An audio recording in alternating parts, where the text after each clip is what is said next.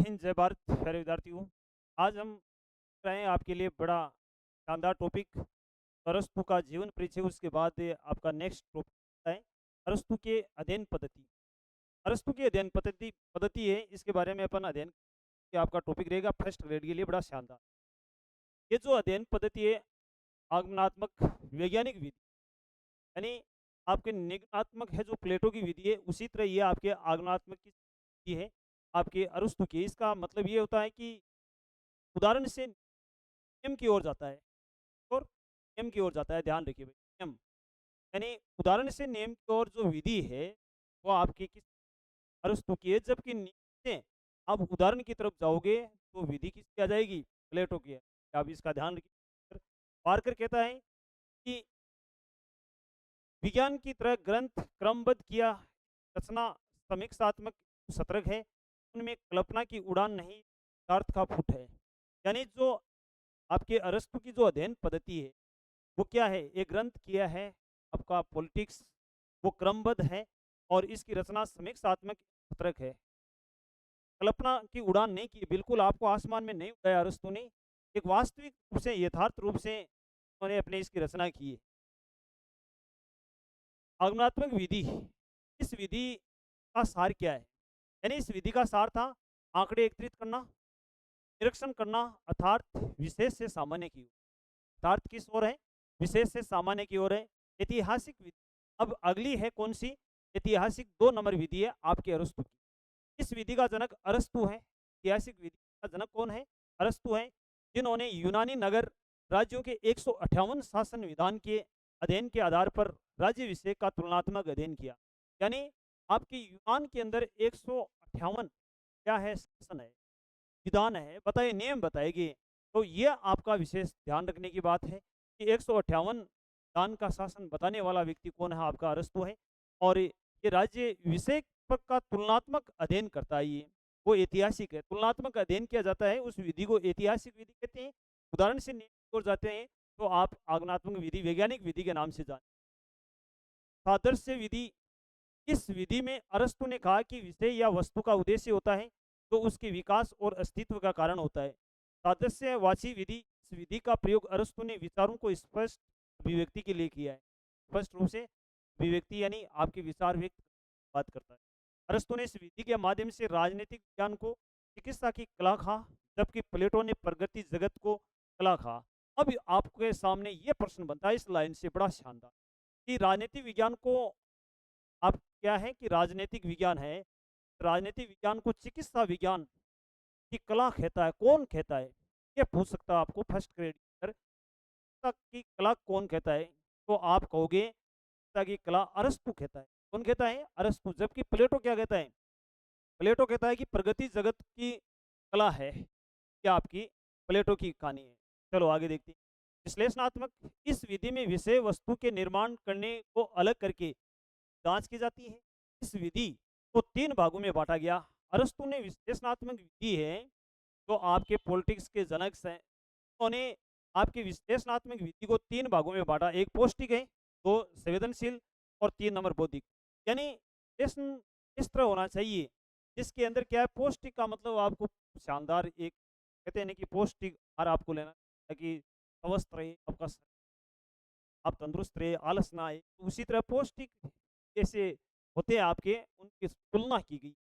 संवेदनशील होना चाहिए हर क्षेत्र के अंदर, राजनीति के अंदर संवेदनशील नहीं, कोई देश है राजा संवेदनशील नहीं है तो शासन अच्छी तरह नहीं चल पाता है। और बौद्धिक होना चाहिए, ज्ञानी होना चाहिए। क्या आपकी विश्लेषणात्मक है अरस्तु की, ये 3 भाग है। एक सी ने प्रथम वैज्ञानिक विचारक प्रस्तुत को, ठीक है, अरस्तु को कहा भाई। ये बात क्या है, अरस्तु है तो क्या कहता है, प्रथम वैज्ञानिक विचारक कौन है। पहली बात तो ये ध्यान रखे, आपको डेफिनेशन पूछ सकता है कि वैज्ञानिक की प्रथम वैज्ञानिक कौन है राजनीति के अंदर, तो ये आपका अरस्तु है। कौन है, अरस्तु। और ये कहने वाला व्यक्ति कौन है, मैक्सी। कौन कहता है, मैक्सी। मैक्सी क्या कहता है कि राजनीति विज्ञान के अंदर प्रथम वैज्ञानिक है वो आपका अरस्तु है। जबकि डनिंग क्या कहता है, पश्चिमी जगत में राजनीति विज्ञान अरस्तु से प्रारंभ होती है। इससे प्रारंभ होती है, अरस्तु से प्रारंभ होती है। ये कौन कह रहा है, कि आपका राजनीति विज्ञान के अंदर डनिंग कह रहा है कि पश्चिम जगत के अंदर जो राजनीति शुरू हुई थी वो किसके माध्यम से? अरस्तु के माध्यम से हुई। राजनीति विज्ञान को एक स्वतंत्र विज्ञान की गरिमा प्रदान करने का अरस्तु करता है काम। कौन करता है काम? अरस्तु करता है। ये लीजिए भाई, कौन करता है? अरस्तु करता है। आगे अगला है कि आगमनात्मक विधि का अनुसरण। ये वैज्ञानिक विधि है, तो अपन वैज्ञानिक विधि के नाम से जान सकते हैं। वैज्ञानिक विधि के नाम से जान सकते हैं। विधि के माध्यम से अपन क्या करेंगे? विचारक जो कुछ देखता है या जिन ऐतिहासिक तथ्य की खोज करता है, निष्पक्ष रूप से बिना अपनी किसी पूर्व धारणा की अध्ययन करता है, उसे आगमनात्मक कहते हैं। उदाहरण से की ओर जाना पड़ता है, ठीक है? उदाहरण से नियम की ओर जाना पड़ता है। आप इस चीज़ का ध्यान रखिए, ठीक है? अभी तक आपका बेस्ट आया है।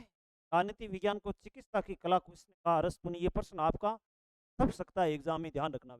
राजनीति शास्त्र को नीति शास्त्र से पृथक करना काम किसने किया? पहली बार। ये बड़ा इंपॉर्टेंट, एक शानदार आपके लिए बड़ी गजब की बात है कि राजनीतिक शास्त्र को नीति शास्त्र से पृथक करने वाला कौन है? तो अरस्तु है। ध्यान रखिए, कौन है? अरस्तु है। अलग किया था तो राजनीति शास्त्र को नीति शास्त्र से अलग करने का काम किया। नीति शास्त्र और राजनीति शास्त्र में अंतर किया। नीति शास्त्र का संबंध उद्देश्य से है, नीति शास्त्र है उसका संबंध उद्देश्य से है, जबकि राजनीति शास्त्र का संबंध साधनों से जिनके द्वारा उद्देश्यों की प्राप्ति की जा सकती। राजनीति शास्त्र का आवश्यकता क्या पड़ी? उद्देश्यों को प्राप्त करने के लिए राजनीति शास्त्र की आवश्यकता हुई। और उद्देश्य क्या है? आपका नीति शास्त्र है, उसको उद्देश्य कहा गया है। या आप उद्देश्य का ध्यान रखिए। आपको ऐसे भी पूछ सकता है कि नीति शास्त्र है वो कहा जाता है, उद्देश्य कहा जाता है। केवल उद्देश्य कर्तव्य से डाल देगा आपका, तो वहाँ पर आपको बड़ा एक कहने का मतलब आपका दिमाग इधर उधर घूमेगा। तो आप अच्छी तरह समझिए। यथार्थवादी विचारक अरस्तु यथार्थवादी है। एक बात ये भी बड़ी शानदार है, क्या है? यथार्थवादी है। इसने मध्य मार्ग को अपनाया, अतिवादी से बचते हुए मध्य मार्ग को अपनाया। कौन सा मार्ग अपनाया? मध्य मार्ग। केटलिन कहता है सामान्य ज्ञान और मध्य मार्ग का सबसे बड़ा प्रतिपादक है। ये बात भी बड़ी इंपॉर्टेंट है, बड़ी गजब की बातें हैं कि केटलिन क्या कहता है कि सामान्य ज्ञान और मध्य मार्ग का प्रतिपादन किसने किया? आपके अरस्तु ने किया। कहने वाला व्यक्ति कौन है? केटलिन। और ये मध्य मार्ग के रूप में यथार्थवादी कौन है? अरस्तु है। आपको घुमाकर कैसे भी पूछे तो आप तैयारी करते हैं। राज्य का पूर्ण सिद्धांत का क्रमबद्ध निरूपण। अरस्तु के अनुसार राज्य पहले, व्यक्ति बाद में। ये प्रश्न आपसे बहुत बार पूछा गया है फर्स्ट ग्रेड। क्या पूछा गया है कि आपका एक तो चलता है प्लेटो, ध्यान से समझना इस लाइन को। प्लेटो, ठीक है, तो रिपब्लिक पुस्तक लिखता है। प्लेटो कहता है कि व्यक्ति पहले है, व्यक्ति पहले है, ठीक है। ये बात आप ध्यान रखिए कि व्यक्ति पहले है, जबकि अरस्तु क्या कहता है कि राज्य पहले है। पहले राज्य का जन्म हुआ, उसके बाद किसका? व्यक्ति का जन्म हुआ। जबकि प्लेटो कहता है कि पहले व्यक्ति का जन्म हुआ और उसके बाद किसका जन्म हुआ? राज्य का। इन्होंने राज्य के जन्म से लेकर उसके विकास से लेकर उसके स्वरूप, संविधान की रचना, सरकार निर्माण, नागरिकता की व्याख्या, कानूनी की सुरक्षा को क्रमबद्ध किया। आगे चलते हैं। पार्कर क्या कहता है? अरस्तु के विचार प्राय आधुनिकतम है। अरस्तु मनुष्य एक राजनीतिक प्राणी है। ये बड़ी इंपॉर्टेंट बात, ये आपकी 10th क्लास में आई हुई है, या आपकी 9th क्लास में भी आई हुई है, कई बार आपकी 11वीं क्लास में भी मिली है कि अरस्तु मनुष्य एक राजनीतिक प्राणी है। ये बात कौन कहता है? अरस्तु कहता है। संविधानों का वैज्ञानिक वर्गीकरण करने वाला व्यक्ति कौन है? आपका अरस्तु है। पार्कर कहता है अरस्तु की महान कृति पॉलिटिक्स के अनुवाद में लिखा। अगर कोई ये पूछे कि अरस्तु की पॉलिटिक्स ने यूरोप की विचारधारा को उत्तराधिकारी के रूप में क्या दिया, तो उत्तर एक ही होगा, संविधान शास्त्र दिया। क्या दिया? संविधान शास्त्र दिया। बात रखिए, ये बात कौन कह रहा है? ये आपका पार्कर कह रहा है। आगे चलते हैं। अगली बात है कि नागरिकता की व्याख्या। अब अरस्तु नागरिकता की व्याख्या करता है। नागरिकता संबंधी विषय के अध्ययन के लिए आगे चलकर विद्वानों ने अरस्तु के मूल विचारकों को ही आधार बनाया। कानूनों की सर्वोच्चता का प्रतिपादन अरस्तु बुद्धि संपन्न व्यक्तियों के विवेक के स्थान पर परंपरागत नियमों और कानून की श्रेष्ठता में विश्वास करता है। ये बात है अरस्तु बुद्धि संपन्न व्यक्तियों के प्रति करता है, ठीक है, कि शासन किसके हाथ में होना चाहिए? बुद्धि व्यक्ति, उसके व्यक्ति के हाथों में होना चाहिए। राजा बुद्धिमानी होना चाहिए, विवेक होना चाहिए, ठीक है। लेकिन ये कह रहा है कि अरस्तु बुद्धि संपन्न व्यक्तियों के विवेक के स्थान पर परंपरागत नियमों और कानून की श्रेष्ठता पर विश्वास करता है। जबकि आपका देखा जाए तो प्लेटो क्या कहता है? प्लेटो कहता है कि राजा बुद्धिमानी होना चाहिए, विवेक होना चाहिए। हाँ, बिल्कुल होना चाहिए, लेकिन ये परंपरागत जो नियम है, कानून की श्रेष्ठता है, उस पर विश्वास जताता है आपका अरस्तु। चलते हैं आगे। अगला है सरकार के अंगों का निर्धारण करता है अरस्तु। पॉलिटिक्स के अंदर 3 है अंग, कौन-कौन से? एक नीति निर्धारक है, प्रशासनिक है, न्यायिक है। ठीक है, नीति यानी नियम बनाने के लिए, प्रशासनिक का मतलब क्या होता है? शासन को सुचारू रूप से चलाने के लिए, और फिर यदि कोई विरोध उत्पन्न होता है तो न्याय देने के न्यायालय होता है आपका। इसी तरह वर्तमान में आपकी क्या है? व्यवस्थापिका है, कार्यपालिका है, न्यायपालिका, 3 रूप हो गए। ये आपने किस ये अरस्तु ने दिए। आगे वर्तमान में कार्यपालिका, व्यवस्थापिका, न्यायपालिका के समान है। अरस्तु की ये खोज आगे चलकर शक्ति पृथक्करण सिद्धांत तथा नियंत्रण और संतुलन के सिद्धांत की रूपरेखा बनी। अब देखो, सबसे पहले आपसे ये पूछे कि शक्ति पृथक्करण का सिद्धांत किस, तो आप ये कहोगे कि सिद्धांत सबसे पहले जन्म वाला कौन है? अरस्तु है। ठीक है, उसके बाद ये अमेरिका के जो देश है आपका अमेरिका, वहाँ पर ये सिद्धांत चलता है। वहाँ की शासन प्रणाली शक्ति पृथक्करण के सिद्धांत पर आधारित है, अध्यक्षात्मक। समझ गए हो? तो ये संतुलन के सिद्धांत की रूपरेखा बनी अरस्तु का राज्य संबंधी विचार। अरस्तु अनेक गांव एक संपूर्ण समुदाय के रूप में संयुक्त होता है। अनेक गांव एक संपूर्ण समुदाय के रूप में कौन आपका अरस्तु कहता है? इसकी उत्पत्ति मात्र जीवन की आवश्यकता से होती है, परंतु उसका अस्तित्व सदजीवन की सिद्धि के लिए बना हुआ है किसका? राज्य का। ठीक है, कि राज्य की उत्पत्ति किसकी आवश्यकताओं की पूर्ति हेतु हुई, और उसका अस्तित्व है अपना जीवन यापन करने के लिए बना रहता है। अरस्तु ने पॉलिटिक्स में राज्य संबंधी सिद्धांतों का वर्णन किया। पुस्तक कौन सी है? पॉलिटिक्स है। आगे चलते हैं। अरस्तु के अनुसार राज्य की उत्पत्ति कैसे हुई? अरस्तु अपने गुरु प्लेटो की भांति सोफिस्ट वर्ग के विचारों का खंडन करके राज्य की उत्पत्ति समझौते से मानी। ये बड़ा इंपॉर्टेंट फैक्ट। अरस्तु के अनुसार राज्य की उत्पत्ति किससे हुई? समझौते से हुई। ठीक है ना? ये समझौता है, इससे क्या होता है? राज्य की उत्पत्ति होती है। किसकी? आपके राज्य की उत्पत्ति होती है, ध्यान रखिए। ठीक है, समझौते से क्या हुई थी? राज्य की उत्पत्ति हुई थी।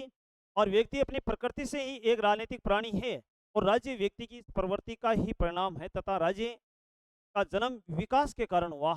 राज्य का जन्म किसके कारण? विकास के कारण हुआ। वह एक स्वामी भाविक संस्था है जो सब संस्थाओं में श्रेष्ठ और उच्च है। आगे देखते हैं। अरस्तु के अनुसार ही राज्य की उत्पत्ति, अरस्तु अपने गुरु प्लेटो की भांति सोफिस्ट वर्ग, चलो ये भी बताया वही है। आगे देखते हैं। राज्य के विकास का स्वरूप कैसा है? बड़ा इंपॉर्टेंट है। आंगिक आंगिक है, जैविक है, काव्याव है। यानी आंगिक है, जैविक है, काव्याव। ठीक है, अरस्तु के अनुसार राज्य जीवधारी के समान है, अर्थात शरीर अनेक अंग होते हैं, उसी प्रकार राज्य के भी अनेक अंग होते हैं। बारकर राजनीति विज्ञान राजनीतिक विकास जैविक विकास, ये बात कौन कहता है? पार्कर कहता है कि राजनीतिक विकास जैविक विकास है। कौन कह रहा है? पार्कर कहता है। आगे चलते हैं। कौन सा कथन? चलो भाई, ओके, थैंक्स। क्लास बेस्ट लगी तो लाइक करना, शेयर करना, कमेंट करके बताना, ताकि अगली क्लास और तैयार होकर आप तक जल्दी पहुंचे।